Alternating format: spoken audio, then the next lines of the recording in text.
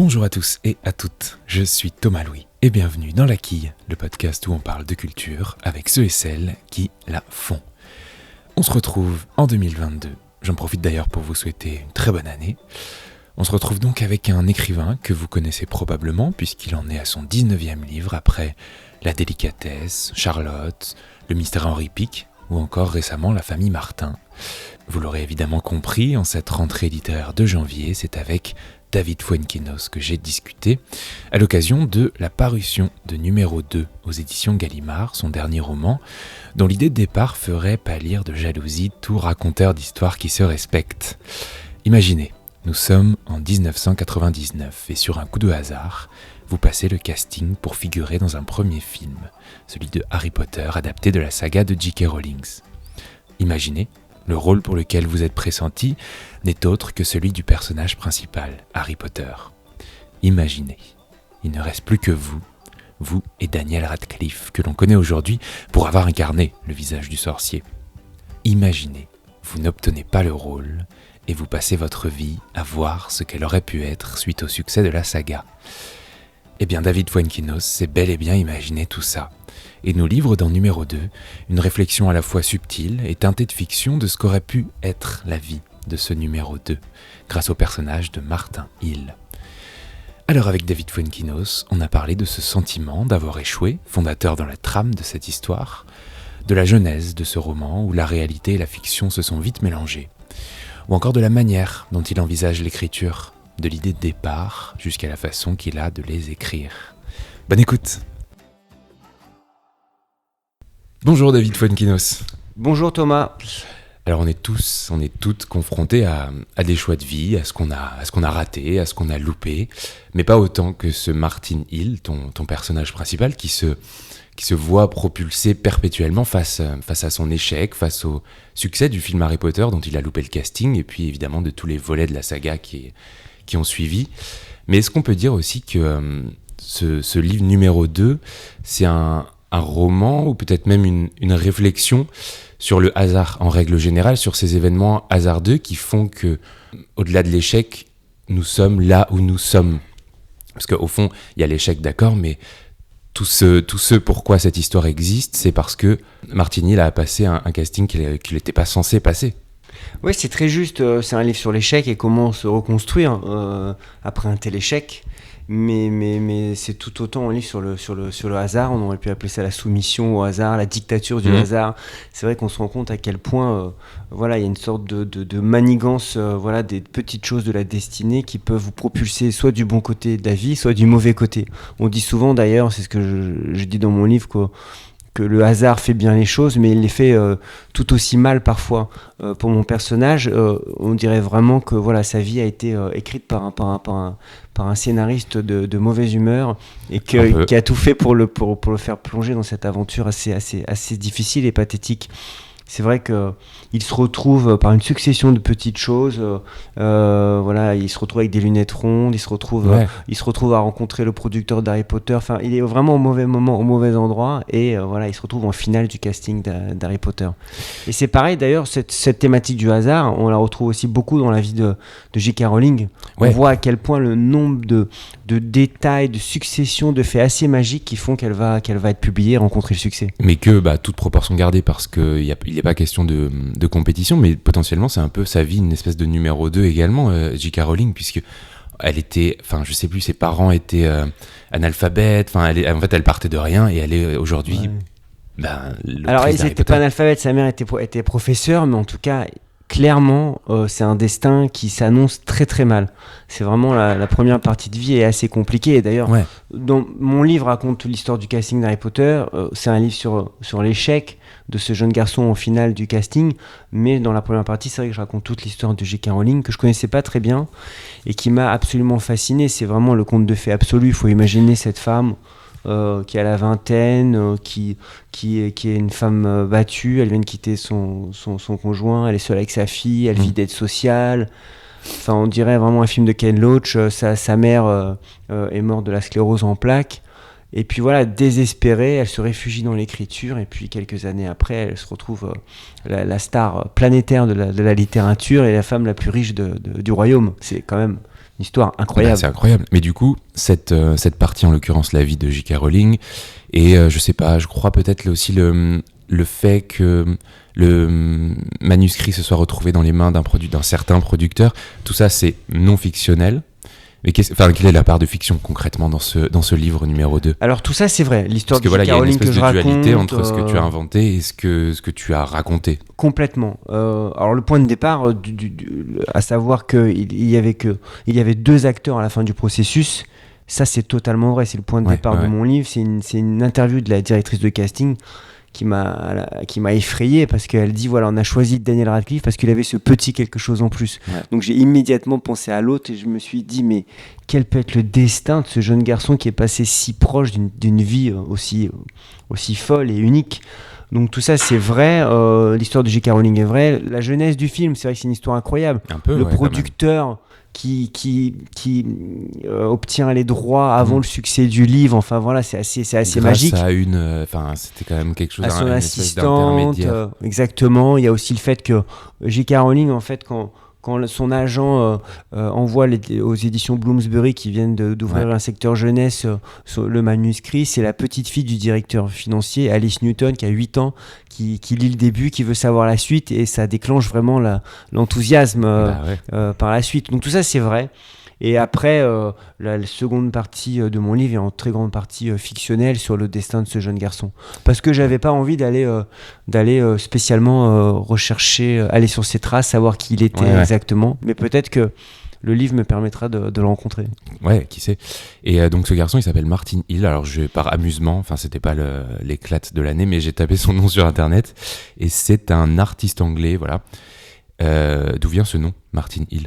Alors je voulais un nom puisqu'on se rend compte, on voit dans le livre qu'il est franco-britannique, parce que j'avais envie que mon livre se passe aussi en France. Du coup, potentiellement, on l'appelle Martin d'ailleurs. Sa mère est française, donc on peut tout à fait l'appeler Martin. Ils ont choisi, j'ai cherché un nom qui puisse être à la fois anglais et français, donc Martin. Et c'est vrai que depuis que le livre est sorti, il y a eu déjà pas mal de commentaires, et c'est vrai que j'ai lu un article qui disait que Hill ça veut dire colline et il s'est confronté à une montagne. Enfin, il y a aucune signification pour moi. Il n'y avait pas par exemple la montagne. Non, à vrai dire, j'ai vraiment. Et puis quelqu'un m'a dit, aussi, à un moment donné, il va chez l'ophtalmo, il confond le H et le R, est-ce que c'est Hill, Radcliffe, enfin voilà, plein de significations que j'ai pas du tout vu.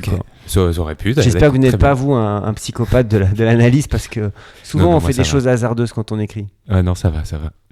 Alors malgré tout, il y a chez ce personnage une espèce de propension à toujours se comparer, ce qui donne naissance évidemment à cette souffrance qui le tient perpétuellement dans le livre.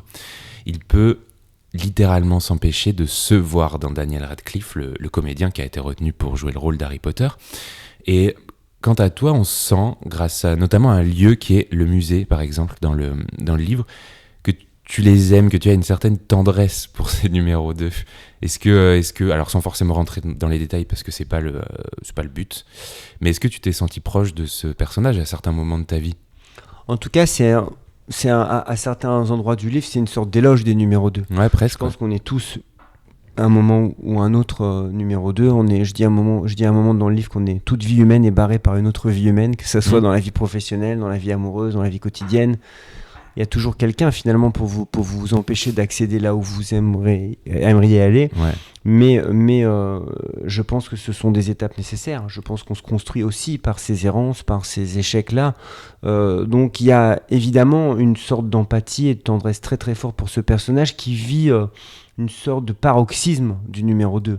Parce que on vit tous des échecs, mais on n'est pas traversé par ce qu'il vit lui, c'est-à-dire qu'il est confronté en permanence à la vision du succès de l'autre. Faut imaginer que lui, toute sa vie, il a devant lui le film de cette vie potentielle qu'il a ratée. Et c'est terrible si on avait le film en permanence de ce qu'on avait raté. Donc, bien évidemment, la tendresse. Moi, ça n'a pas d'écho, particulier. Hein. J'ai été souvent confronté forcément à des échecs et à des tentatives d'espérer des choses qui n'ont pas abouti. Ouais. Mais lui, c'est un cas vraiment abyssal. Et comment surmonter ça, c'est vraiment tout l'enjeu de ce livre pour moi. Tu as eu des témoignages, toi, de numéro 2 déjà, depuis la sortie du livre? Parce que de toute évidence, c'est quelque chose d'assez courant, d'assez partagé. Oui, j'ai eu plein de témoignages de numéro 2. Je pense qu'on l'a tous été à un moment donné ou à un autre. Alors c'est vrai que ça parle beaucoup de cinéma, mon livre, donc j'ai eu des retours d'acteurs, d'actrices. Ah, trop drôle. Puis j'ai fait 3 films, donc j'ai souvent entendu des histoires on passe très très proche du rôle, on espère le rôle. J'ai fait une émission de Ruquier avec Juliette Binoche qui racontait qu'au dernier moment pour le film Sabrina, elle avait été numéro 2. Voilà, très très souvent, voilà, on a ces témoignages là, mais c'est pas un livre uniquement sur le fait de rater un casting. C'est vrai que je crois que très très souvent, voilà, on est en position de ne pas être choisi. La plupart du temps dans la vie, on est soumis aux désirs des autres, au choix, que ce soit dans la vie professionnelle, dans la vie amoureuse, voilà, à tout moment, on est soumis au choix de l'autre. Et donc, voilà, on n'est souvent pas choisi. Et puis, ce qui aussi le fait que nous, on est confrontés nous-mêmes aussi à des choix en permanence. Et c'est vrai que ce qui m'intéressait là, c'est que très souvent, quand on fait des choix dans la vie, on n'a aucune idée de ce qu'aurait été notre vie si on avait opté pour un autre chemin. Et là, c'est vrai que ce personnage-là principal, c'est ce que je disais tout à l'heure, c'est ça qui aussi me fascinait, c'est que il a le film de ce qu'aurait pu être sa vie. Et ça, je trouve que ça peut rendre un petit peu fou de se dire que à chaque fois qu'on fait un choix, ça serait assez dingue si on pouvait être en lien permanent avec l'autre scénario de notre vie. Ouais, mais là en plus c'est vraiment pas n'importe lequel, donc c'est spécial. Quel lien tu entretiens, toi, avec l'actualité? En l'occurrence, ce sont les 20 ans, je crois, du film Harry Potter, mais est-ce que tu t'es déjà demandé si tu avais envie d'écrire sur, je sais pas, la présidentielle, le Covid, je sais pas, pour partir de cette réalité, pour la transformer en fiction, finalement? C'est marrant parce que j'ai lu quelques commentaires disant que mon livre vraiment tombait à pic, que c'était une sorte de stratégie. C'est vrai que ça aurait pu être une stratégie. Mais franchement, c'est totalement hasardeux parce que déjà, quand j'ai eu l'idée il y a 2 ans en allant sur la page Wikipédia du film, alors que j'étais en train de regarder le premier volet d'Harry Potter, jamais j'aurais pu imaginer que j'allais finir mon livre dans 1 an et demi, que j'allais sortir en janvier. En plus, j'étais pas sûr de le sortir en janvier parce qu'il y avait Houellebecq en même temps, donc beaucoup d'écrivains ont hésité. Et puis Covid, etc. Il y a eu plein de. Donc, mais d'ailleurs, c'est pas mal de sortir numéro 2 en même temps que le livre de Houellebecq. Tous les écrivains sont numéro 2. Et donc non, c'est le hasard total. D'ailleurs, on l'a su cette émission de HBO, de réunion du casting, il y a en décembre, quoi. Donc sur assez Salto, récemment. Ouais, exactement, sur Salto. D'une manière générale, moi, c'est vrai que je suis vraiment perfusé à l'actualité, ça me passionne, j'adore la vie politique. J'ai la chance de croiser, de rencontrer beaucoup d'acteurs de la vie politique ou associative, mais écrire sur ce sujet, c'est pas mon désir pour le moment. J'ai plutôt, que ça soit au théâtre, au cinéma ou en littérature, voyagé beaucoup du quotidien. Je me suis extrait finalement par la création je pense des problématiques contemporaines très souvent. Ouais. Alors, mais ça, c'est pas exclu que voilà. Mais je suis plutôt un écrivain de fiction et une espèce de raconteur d'histoire. Oui, pourquoi pas. Ouais. J'aime bien. Pourquoi pas. Mais voilà, pas exclu qu'un jour je m'attaque à quelque chose de plus politique ou de plus contemporain. Ouais.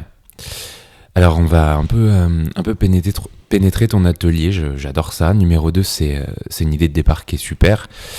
Quel lien tu as avec cette notion d'idée? Est-ce que tu as des manières de déclencher des idées? Est-ce que tu prends des notes qui finissent par constituer une idée? Est-ce que la réalité peut être une idée? Enfin bref, est-ce qu'il y a chez David Fuenquinos une recette pour faire germer des idées?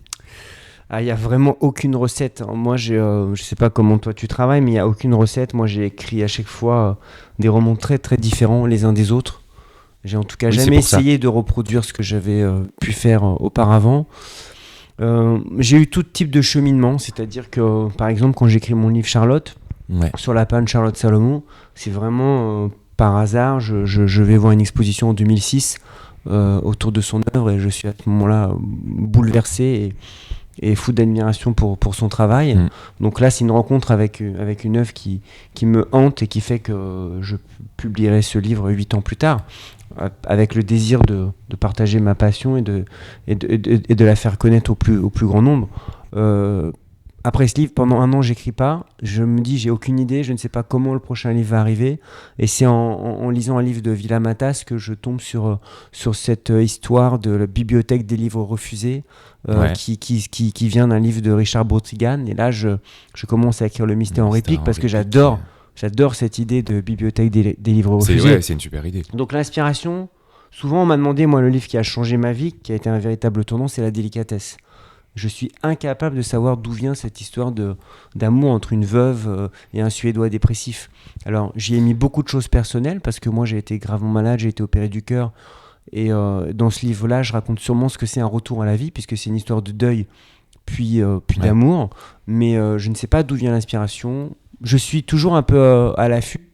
Et là, sur ce dernier livre, c'est vraiment en allant sur la page Wikipédia d'Harry Potter que je découvre cette interview incroyable de la directrice de casting qui raconte le processus pour trouver Harry Potter. Et là, ça a déclenché chez moi tout de suite un désir romanesque. Mais là, à l'heure où je vous parle, j'ai aucune idée.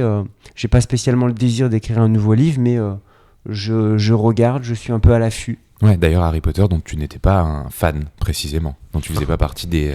Ah non, c'est pas une question d'être fan ou pas fan, c'est que je connaissais assez peu. Oui, c'est ça. Évidemment, j'ai un grand-fils de 19 ans, donc j'avais vu avec lui les films, on avait été à Londres voir les studios, mais je pense que c'est un passage obligé de toute enfance. J'ai aussi une fille de 7 ans qui veut voir Harry Potter, qui attend Harry Potter, parce qu'elle en entend tout le temps parler, mais je trouve que c'est un petit peu tôt encore, mais forcément, on est confronté, donc on connaît. Mais j'avais jamais lu. Je connaissais pas bien la vie de J.K. Rowling. Et j'ai adoré découvrir qui était cette femme. Je lui ai écrit, j'ai espéré sa réponse que j'attends toujours. Merde. Mais j'espère pouvoir la rencontrer un jour. Et puis pendant l'écriture de mon livre, j'ai lu le premier tome et j'ai été assez émerveillé d'ailleurs par son humour, sa fantaisie, son écriture. Est-ce que tu as des habitudes d'écriture ? J'ai pas vraiment d'habitude. Je sais que j'adore écrire. Enfin, il y a des écrivains qui aiment bien avoir leur endroit, leur bureau. Moi, là, tu vois bien, je vis dans un appartement. Enfin, tu vois pas, mais meublé. Rien n'est à moi. D'accord. Donc, j'ai pas vraiment de lieu précis. Donc, j'adore écrire dans les trains. Ça m'arrive parfois d'accepter des rencontres littéraires dans le sud de la France ou en Allemagne, simplement pour être dans le train quelques heures. Je comprends. Donc j'aime bien écrire dans le train, en tout cas déraciner de mon quotidien. Ouais. Il y a des auteurs, des autrices qui ont orienté ton regard d'écrivain. Énormément. Je crois qu'on peut pas, à mon avis, avancer vers son propre univers sans avoir été nourri ou alimenté par les autres. Moi, j'étais pas du tout un adolescent lié à la culture. J'ai commencé à lire quand j'étais à l'hôpital. Et je me suis mis à lire d'une manière boulimique.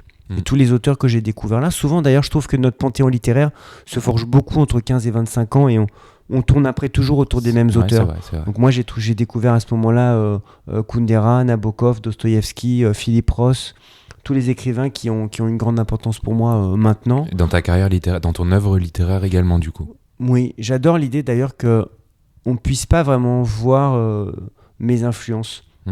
J'aime bien, moi je sais les écrivains qui m'influencent, ils sont pas forcément visibles. C'était d'ailleurs marrant parce que quand j'ai publié mon premier roman, je l'ai envoyé par la poste. Il a été refusé partout, puis j'ai reçu un jour un appel du comité de lecture des éditions Gallimard, où je croyais à une sorte de canular.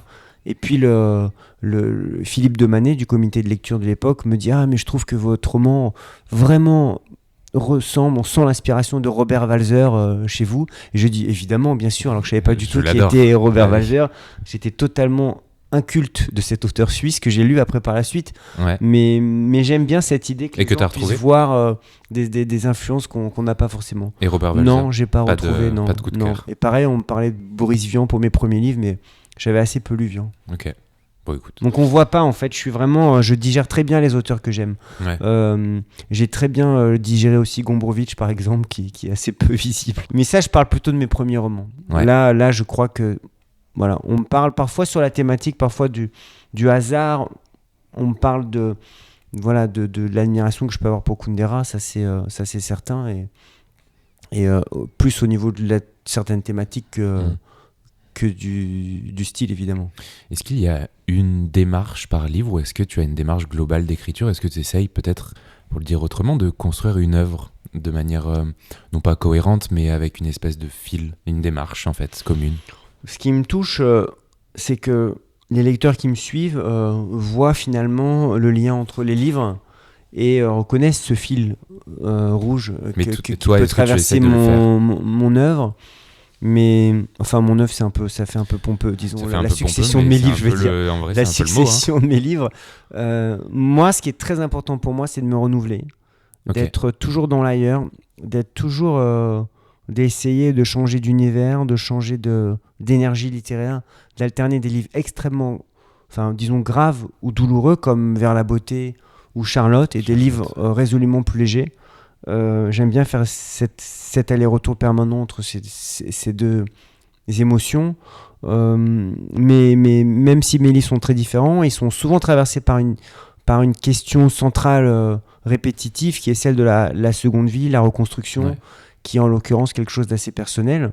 Mais hormis ça, voilà, même si on sait, enfin, qu'on aime ou qu'on n'aime pas mes livres, je pense qu'on sait qu'on est dans un de mes livres quand on l'ouvre, mais j'essaye d'être le plus différent possible à chaque fois. Ok. Je vais te poser une dernière question que je pose à tous mes invités, à toutes mes invitées. Est-ce que tu as un ou plusieurs coups de cœur culturels à nous partager ? À l'heure où on enregistre cette émission, je vais dire le dernier film de Paul Thomas Anderson que j'ai vu il y a quelques jours et qui me hante encore, Licorice Pizza, qui veut dire pizza à la réglisse, qui veut dire les disques vinyles dans le Los Angeles des années 70. Pour moi, je compare Paul Thomas Anderson à Kubrick parce que on est au 7e ou 8e film, c'est une œuvre majeure. À chaque fois, des films d'une grande puissance, d'une grande originalité, des univers très différents. Le précédent, Phantom Thread, m'avait vraiment fasciné avec Daniel Day-Lewis et Vicky Krieps. Et là, je dois dire que j'ai été vraiment émerveillé par Licorice Pizza, par l'esthétique hallucinante du film, la beauté des plans, le jeu, chercher deux acteurs inconnus, vraiment, et de les révéler de cette manière-là. La narration qui est un peu foutraque par moments, mais qui est du coup extrêmement plaisante. L'utilisation de la musique. Enfin, pour moi, on est vraiment dans du très très très haut niveau. Donc voilà mon dernier coup de cœur. Donc quelle que soit la date à laquelle vous écoutez ça, allez le regarder. Voilà. Merci beaucoup, David. Merci Thomas. Et bien voilà, la quille, c'est terminé pour cette semaine. Si l'entretien vous a plu, n'hésitez pas à vous abonner au podcast, à mettre 5 étoiles par exemple, si vous écoutez sur Apple Podcast, ça me fait toujours plaisir. Et en attendant, on se retrouve la semaine prochaine avec un nouvel invité ou une nouvelle invitée pour parler culture. Merci beaucoup pour votre écoute et à la semaine prochaine.